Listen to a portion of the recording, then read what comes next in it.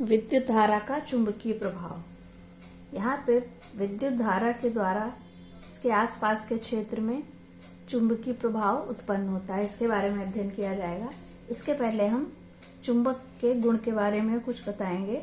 मान लीजिए ये एक चुंबक है जिसका उत्तरी और दक्षिणी ध्रुव इस प्रकार स्थित है। तो चुंबक के चारों ओर के क्षेत्र में यदि कोई दिक् सूचक सुई रखें और उसमें विक्षोभ उत्पन्न हो तो हम ये कह सकते हैं कि ये हमारा चुंबकीय क्षेत्र है, और इसके से गुजरने वाली रेखाओं को चुंबकीय बल रेखा कहते हैं। अब चुंबकीय बल रेखाओं के गुण के बारे में बताते हैं। पहला गुण क्या है कि चुंबक के बाहर चुंबकीय बल रेखाओं की दिशा सदैव उत्तरी ध्रुव से दक्षिणी ध्रुव की तरफ होती है। जैसे यदि यहाँ से रेखा प्रारंभ हो रही है तो ये इस दिशा में जाएगी, किंतु चुंबक के अंदर बल रेखाओं की दिशा हमेशा दक्षिण से उत्तर की तरफ होती है। इस प्रकार से ये एक लूप का निर्माण करता है। दूसरा पॉइंट है, चुंबकीय बल रेखाएं अगर यहाँ से कई रेखाएं खींची जाएं तो जहाँ पे चुंबकीय बल रेखाएं सघनता से स्थित होती हैं, जैसे यहाँ पे देख रहे हैं चुंबकीय रेखाएं पास पास हैं, तो यहाँ पे चुंबकीय क्षेत्र का मान अधिक होगा। यदि चुंबकीय बल रेखाएं समांतर स्थित हैं तो ये समझा जाना चाहिए कि चुंबकीय क्षेत्र का मान यहाँ एक समान होगा। इसके अतिरिक्त दो चुंबकीय रेखाएं, चुंबकीय बल रेखाएं, दो रेखाएं कभी एक दूसरे को क्रॉस नहीं कर सकती, काट नहीं सकती।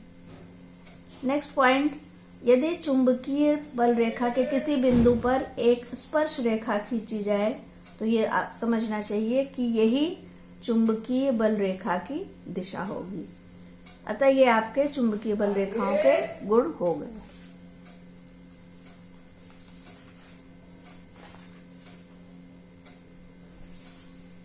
किसी सीधे धारावाही चालक के कारण किसी दिए हुए बिंदु पर उत्पन्न चुंबकीय क्षेत्र का परिमाण क्या है। मान लीजिए ये कोई धारावाही चालक है, यानी कोई चालक जिससे धारा बह रही हो।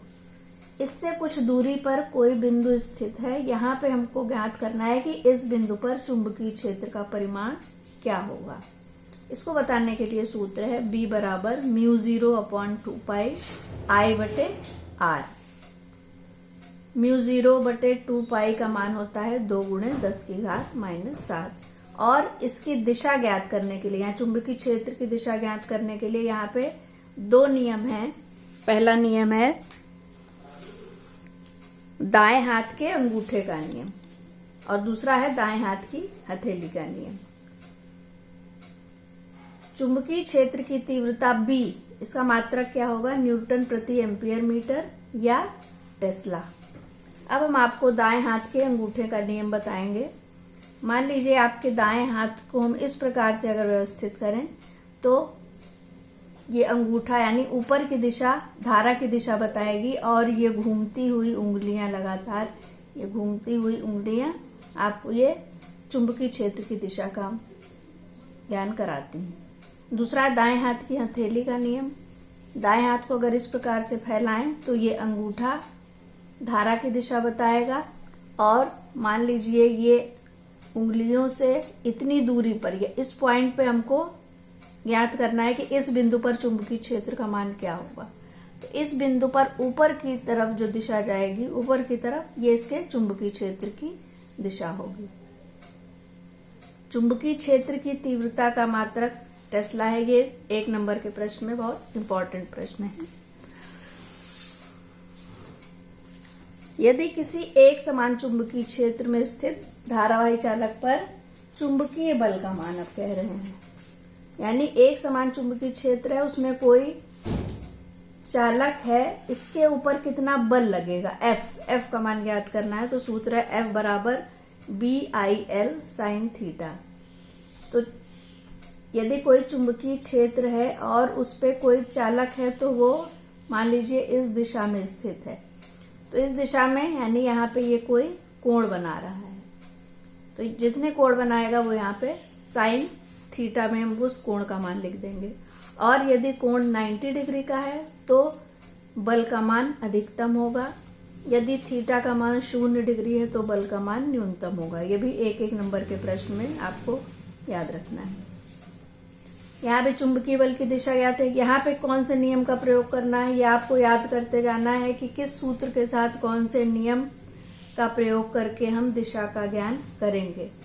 यहाँ पे फ्लेमिंग का बाएं हाथ का नियम, फ्लेमिंग के बाएं हाथ के नियम के अनुसार क्या है, यदि बाएं हाथ की हम उंगलियों को इस प्रकार से फैलाएं तो ये बल, ये चुंबकीय क्षेत्र की दिशा और ये इसका धारा की दिशा बताएगी। ये फ्लेमिंग के बाएं हाथ का नियम है।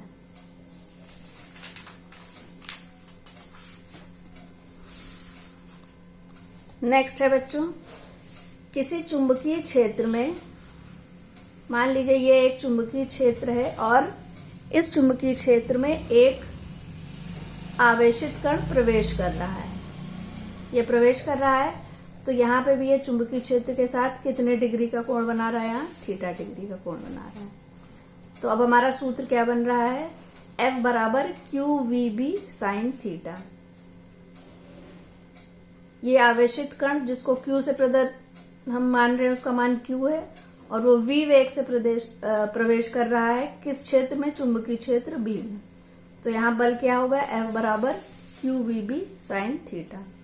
यहाँ पे फ्लेमिंग के बाएं हाथ का नियम हम लगाएंगे तो हमको ये ज्ञात हो जाएगा। ये भी हमने आपको बताया, ये ऊपर ये उंगली F है, ये चुंबकीय क्षेत्र है और ये धारा है। नेक्स्ट आते हैं विद्युत चुंबकीय प्रेरण। यदि किसी चुंबकीय क्षेत्र में कोई कुंडली या परिपथ रखा जाए, यानी चुंबकीय क्षेत्र तो है, उसके ऊपर हम कोई विद्युत धारा जिसमें बह रही है वैसी एक कुंडली रख देते हैं और जब उसमें से होकर, जब चुंबकीय क्षेत्र है तो उसमें से होकर चुंबकीय बल रेखा गुजरेगी। इसी चुंबकीय बल रेखा की संख्या को चुंबकीय फ्लक्स कहते हैं, जिसको फाई से प्रदर्शित करते हैं। इसका मान ज्ञात करने के लिए चुंबकीय क्षेत्र की तीव्रता गुणे किस एरिया से हो, कितने एरिया से होकर गुजर है, यानी क्षेत्रफल, इन दोनों को आपस में गुणा कर देंगे तो हमको इसका मान प्राप्त हो जाएगा। और चुंबकीय फ्लक्स का मात्रक क्या होता है, वेबर होता है। इसी से प्रभावित होकर माइकल फैराडे ने विद्युत चुंबकीय प्रेरण का नियम दिया है। इसको क्या है, जो चुंबकीय प्रेरण के अनुसार क्या है कि जब किसी चुंबकीय क्षेत्र में कोई कुंडली रखी जाती है तो उसके द्वारा एक धारा विशेष उत्पन्न होती है जिसको प्रेरित धारा कहते हैं और इस नियम को, इस घटना को विद्युत चुंबकीय प्रेरण कहते हैं। यहाँ भी इसका नियम, दिशा जानने के लिए फ्लेमिंग के दाएं हाथ के नियम का प्रयोग किया जाता है। दाएं हाथ के नियम में क्या है, यदि हम दाएं हाथ की उंगलियों को इस प्रकार से परस्पर फैला लें तो पहला अंगूठा ये चालक की गति की दिशा दिखाता है, चुंबकीय क्षेत्र की दिशा दिखाता है, जबकि ये प्रेरित धारा की दिशा बता रही है। इस प्रकार हमको आज के वीडियो में हमने आपको विभिन्न नियम, फ्लेमिंग के दाएं हाथ का नियम, फ्लेमिंग के बाएं हाथ का नियम, दाएं हाथ के अंगूठे का नियम तथा दाएं हाथ की हथेली का नियम, ये भी बताया। तो इनको आप अलग से, इससे प्रश्न बनते हैं, इसकी आप प्रैक्टिस करिए और इसको याद करिएगा।